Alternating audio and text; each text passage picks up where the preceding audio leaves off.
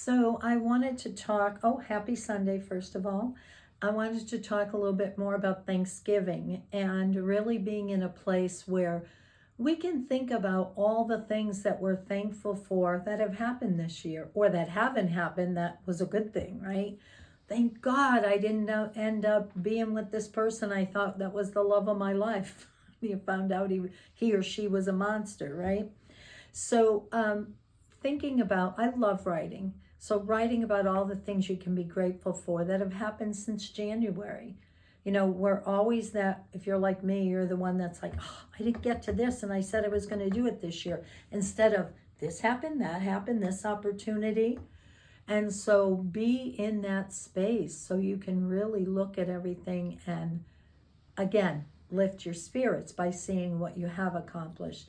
The other thing is, if you are going to be home doing any kind of cooking, there's so many people that have nowhere to go. I don't mean taking a stranger off the street because you may not feel comfortable with that. But if there's someone in your life that you're going to be home just with your husband or whatever, and you're cooking a turkey or whatever, maybe you want to invite that person that you know is alone over. And it can cheer you up too, because you already probably know what it's like to be with your own family. Sometimes that's good and sometimes it's not. But when you bring in somebody different into the mix, it recalibrates all the energy. And maybe that person that's complaining all the time at the dinner table isn't going to do it in front of someone they don't know. And just welcoming in what you can do. Also, looking at, we've been talking about doing a lot of clearing and things for this month, excuse me. Recognize that you perhaps want to give something away to somebody.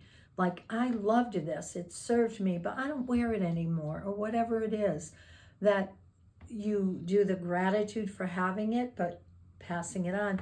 A friend of mine is moving states. So she had an estate sale and they basically sold everything that wasn't nailed down. I mean, crazy stuff. And like, who would think someone would buy a half a roll of toilet paper? Come on. And they buy all these crazy things. Like, I don't know what it is, the excitement of getting something cheaper or what. But anyways, she's been living like a minimalist since this happened. And she said, you know what? I'm loving it. Because when you think of how much stuff we have that you have to dust over and over, move, find a new place for it, that's an exciting thing to do. So anyways, just some thoughts. We're going into the 13 Moon Oracle cards by Ariel Spilberry. She's a heck of an artist too. I have some of her paintings too in the other room. All right, where are we going this Thanksgiving week? Ooh, the Primal Goddess. Wow. Creativity, passion, instinct, freedom, body wisdom, and aliveness. I fuel, I consume. Boy, she looks like she does, right?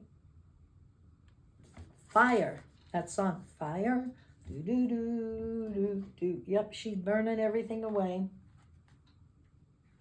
The Primal Goddess. I'm looking frantically to see if there's any number on this. Okay.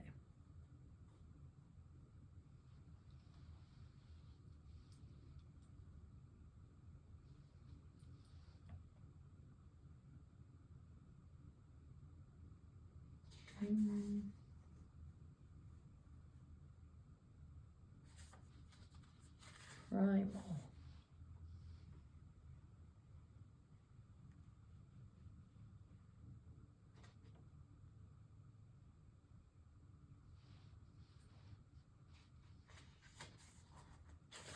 Come on. It must be under I fuel and I consume.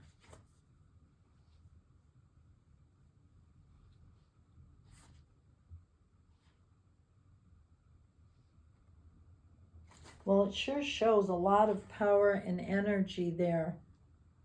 Here it is. in terms of burning away the dross of what no longer serves us. Okay, it says, by drawing this card, you are being asked to throw open windows, in a stuffy room of your life or relationships. Is a time to reclaim your aliveness, rekindle your passion, hotwire your creativity. Ask the primal Shakti fire in your body to consume that which appears to stand in the way of skin tingling, direct contact with your authentic self. This is an invitation to access the divine's passionate desire for wholeness by entertaining ecstasy in your body. Enter into the flames of bliss and in the passion of Shakti's heat. Be ecstatically purified. Sorry, my mind's going somewhere else. Release the fire. Ooh, I love gypsies. Release the fiery gypsy in your soul to dance madly, passionately on your lawn under the full moon. Oh yeah, I could just see that now. Let ecstasy have the microphone for a change to express the majesty of who you are in your wild expression of freedom. The molten Shakti fire in your body invites you to be instinctual, untamed, and like a wolf howling at the moon. Are you telling yourself that freedom is impossible living in the city, going to work every day?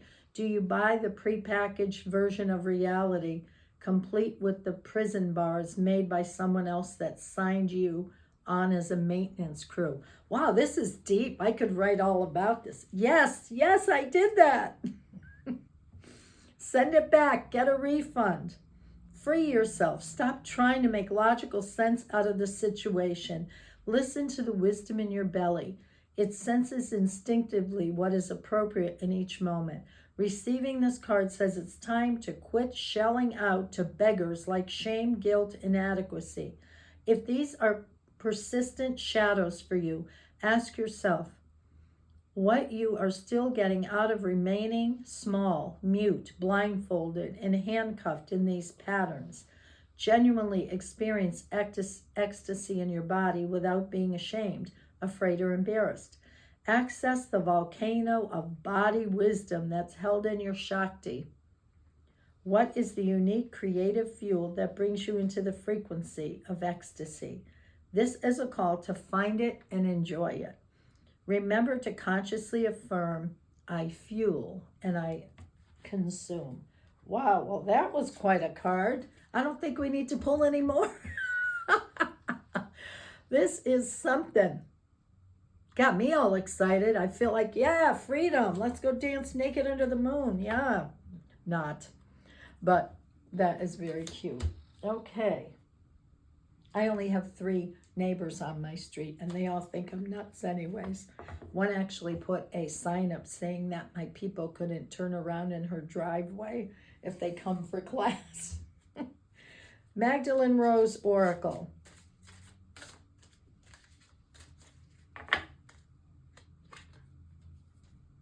Still power. Oh, this is interesting. It's the darkness. Still power. I think it's just what it says, being in the power of being still, having quiet time, all of that just feels like what it is. She's in the darkness. She's just sitting there tuning in.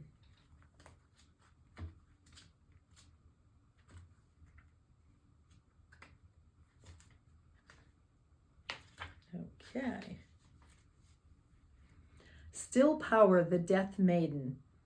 I am the power of stillness and silence. I am the Black Panther moving in and seamlessly between the worlds of form and formlessness. I am the gate guardian that bestows grace within the chaos of life. I am the 0 point. I am the place of nothingness, when everything else ceases and you are dropped from the dark cave where the death maiden lives. I am Black Panther, and I sit sentinel as you swallow deep swells of grief. Grief of all that has not been fulfilled. grief for all that has been and all that could have been. Oh, that makes me sad. Do you feel that? What could have been, all that shouldn't have been, and all that never will. Wow. Reading beneath the surface of your awareness, breaking through your heart and womb, meaning crying and moaning, crying in release, shuddering through your body. I intimately weave grief and love and grief. I live in still moments, the silent moments where you can hear subtle movement. I am sometimes wild, roaring, inconsolable. Sometimes I am barely seen. I am the still power from which raw truth emerges. I am the absence of distraction. I am the willingness to sit in nothing. I am power in its most uncreated form. I am grief that makes love in life, and life that gives way to grief. Reclaiming this card of your stillness puts you on notice that it's time to reclaim stillness, what needs to be grieved. There's something you have been avoiding feeling. Perhaps the avoidance has come in the form of addiction, escapism, distraction. You're ready to feel all of it now, to release all of it so you can become more fully alive. There is something that wants to make itself known to you, yet this requires stillness. There's beauty in grief, your losses, and your abandonments. Anything you have not had the opportunity to fully release is here for you to feel now. As you do, you can claim them as precious black diamond pearls held within your tears. Allow them to fall upon your sweet cheeks, showing the depth of your soul, of your humanity. It's in this place that the divine rushes in to embrace you. Consider this. What will you release as black diamond pearl tears? Wow, these first two are intense. I think we're going to have quite a reflective week. If you're not dancing naked under the full moon, you might be sitting still. But we have a lot of energy. I almost feel like it should be the other way around, like sit still, figure out what it is, and then move beyond to this. I think we're just going to pull one other card today because I went long with these, and these feel important. So this is the Enchanted Map by Colette Byron Reed. We'll just have it be 3 today because there's no rules.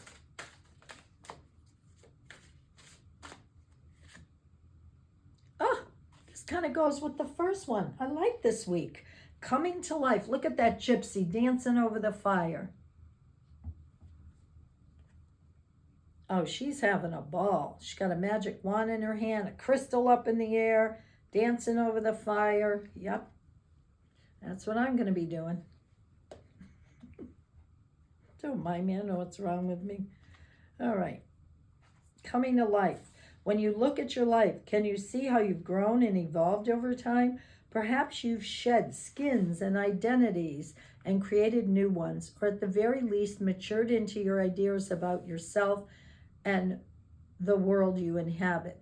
You know things take time, and Spirit's timetable is rarely in sync with your own. This card indicates that a long-held dream is beginning to show signs of life. You must try not to coax it along or shape it according to your desires. Spirit knows the best form for the manifestation of your dream, and your life can become even better than you could possibly imagine. Now is the time for reverence and awe. Allow the contours of your path to be carved by the hands of the divine. All you have to do is show up and have fun. There you are. So really stretch yourself this week. It's going to be a good one, and I expect to have reports back about that primal goddess. Thank you.